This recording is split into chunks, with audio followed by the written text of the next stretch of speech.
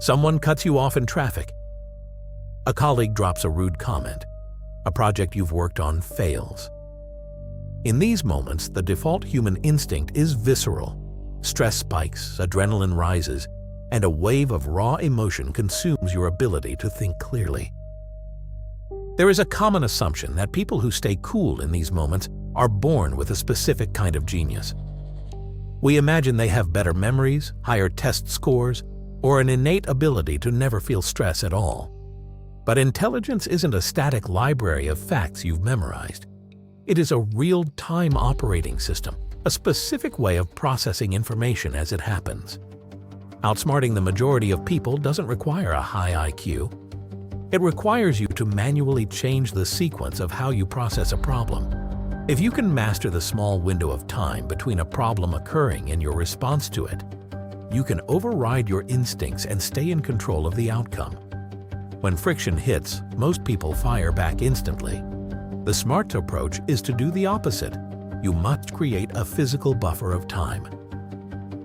Taking a single deliberate breath allows you to internally ask if a situation is worth your energy. That pause prevents an emotional reaction from starting a chain of events you'll regret. This loading bar represents the time you need to reset. By starting a silent 3-second countdown before you speak, you force your brain to engage its logical centers before your mouth can react. This silence isn't a sign of hesitation, it's a signal. When you finally do speak, your words carry more weight because the room has waited for them. The person who can sit comfortably in the silence of a conflict retains their leverage. The person who rushes to fill the quiet has already lost control. Once you've secured that 3-second window, your brain can move out of defense mode and start sorting the information coming in. When a project fails or you face rejection, it feels like an isolated disaster represented here by these scattered red dots. Zooming out like a camera lens allows you to see these events as parts of a larger sequence. By looking at a failure across a 6-month timeline, you can see if it was a one-off event or a recurring behavior. This perspective lets you isolate specific variables like a lack of sleep or a flawed study method that you can actually fix. Now you apply a filter. You draw a line between the things you can influence and the things you cannot. Factors like the weather or your boss's mood hit this line and are discarded. Only your own effort, your honesty, and your next move are allowed to pass through. Discarding the things you can't change stops your mind from spinning in circles. It ensures that every bit of focus you have is directed toward the actual solution. With the data filtered and your emotions in check, you are finally ready to provide an external response.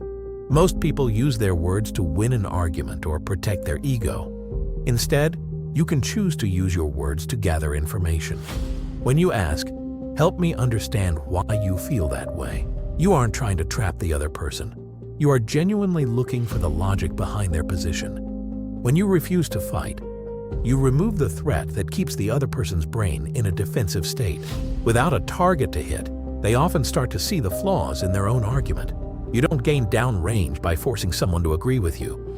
You gain it by staying calm enough to help them find the right answer on their own. When you adopt this timeline, people notice.